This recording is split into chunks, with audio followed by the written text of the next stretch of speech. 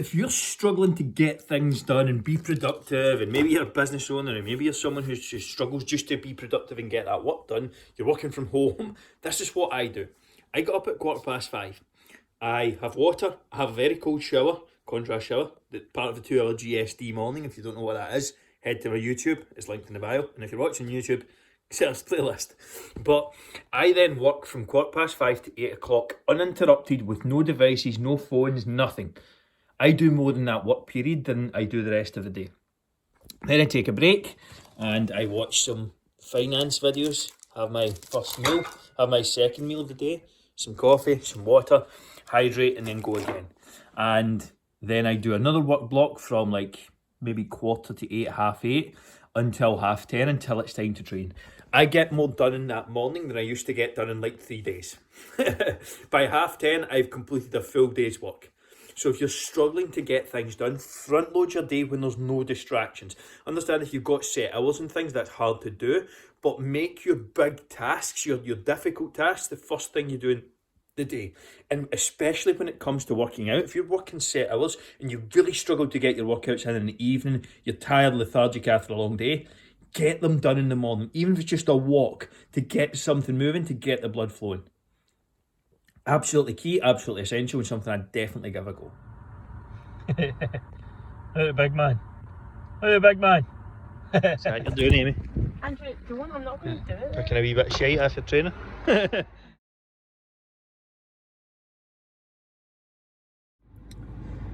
What happens when you have a shit week or you're not making great progress? Example, me this week. So last few days I was in London for the Scotland game, drinking, eating shite, and not really paying attention to diet. I didn't train once. I trained today for the first time since Wednesday last week. Listen, it happens. I ate too much, I drank too much. Doesn't matter. I get back to it now. That today has been bang on. Training was there, didn't feel great, and nutrition was back on point. The whole point of lifestyle, health, losing fat forever is that you build things like this in. It's not an expectation to never drink again or eat chocolate again or do this or that again. It's all about integrating it into your lifestyle so you can do this for a fucking long time. Because when you do it for a long time, that's when you get results and keep the results. It's when you jump on the 12-week programs, the 16-week plans, the 8-week fat loss challenges, that you lose a bit of weight and then just regain it all. If you're sick fed up of losing and gaining the same 10, 15, 20 pounds and you actually want to lose fat forever, learn how to do it once. Learn how to educate yourself for the rest of your life. I can help. Just reply fat loss to this story and I'll send you over some details in our brand new Fat Loss Forever program that's going to show you exactly how to do that. Here's how to lose belly fat if you're a busy 9-to-5er in around 90 days or so. You're going to do 4 things. You're going to set up 4 short, sharp, intense workouts. Strength-based resistance training, 4 to 6 exercises. Next one, you're going to stick to a calorie target and protein target. This is what we set up in our meal plans. If you want a free copy, let me know or DM me meal plan or something like that. Number 3, you're going to focus on increasing your step count by 20% every 2 weeks. Not a problem. Done. Number 4, you're going to sleep 7 to 9 hours each night and turn off your screens an hour before bed. Do those 4 things and you will get results. You will lose your belly fat. Simple. 99.999% of you will not listen to a word I say and not action it. Why? Because you get overwhelmed, you make second guesses, you try to overcomplicate things, you've got no structure, you've got no one to hold you accountable. The number 1 thing that I help people with is accountability. It's not lack of knowledge, or it's not, eating healthy, putting a structure in place. Although those are important, the reason that people succeed on our program is because I can hold them accountable and they hold themselves accountable. Why do they hold themselves accountable? Because they fucking paid for coaching. They invested in themselves. There is no greater money spent than money on yourself. Trust me, it is the best thing I have ever done. I've invested well over 50,000 into myself in the last 5 to 10 years. Well, last 2 to 5. 2 to 3. Just started this like less than 3 years ago.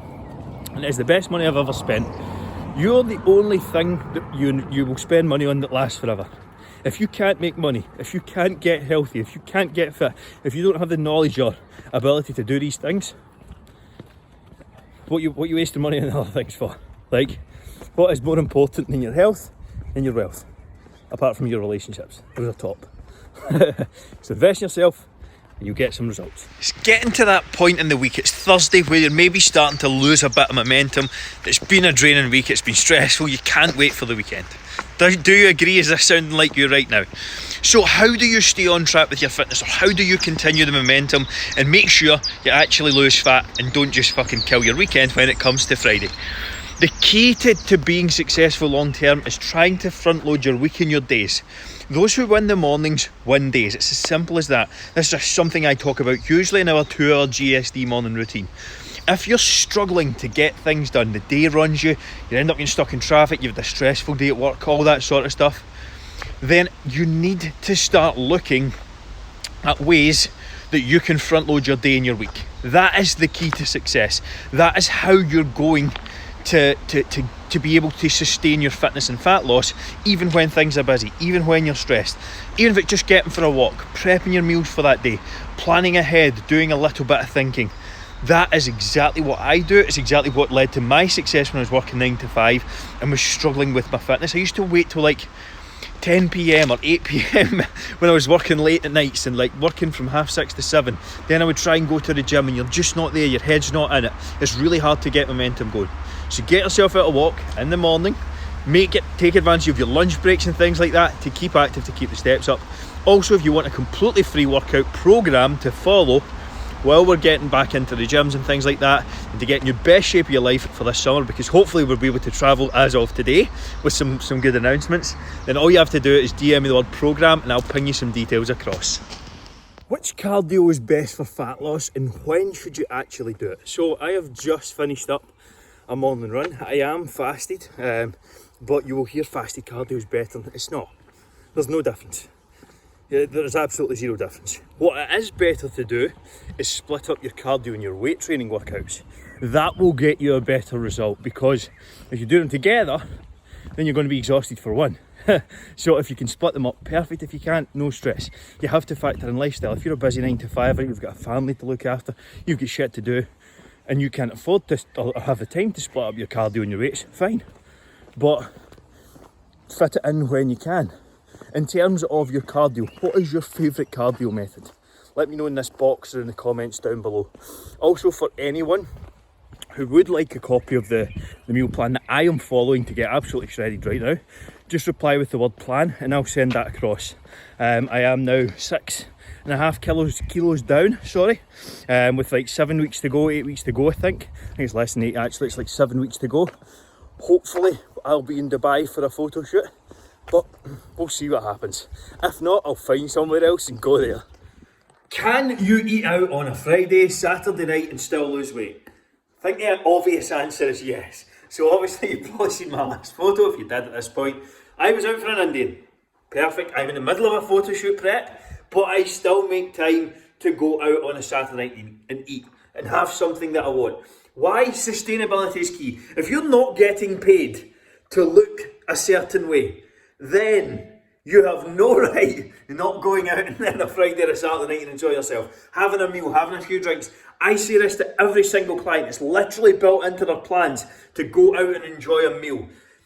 Even up until, with the exception of the last 2 weeks probably of this photo shoot prep, I will go out and have a meal every single week.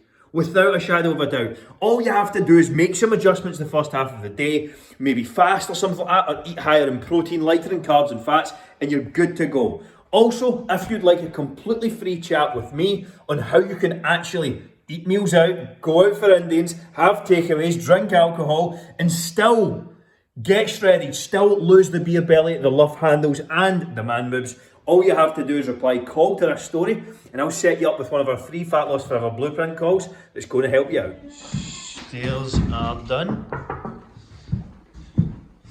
We're getting there. Final carpet's getting fitted soon. We're getting close.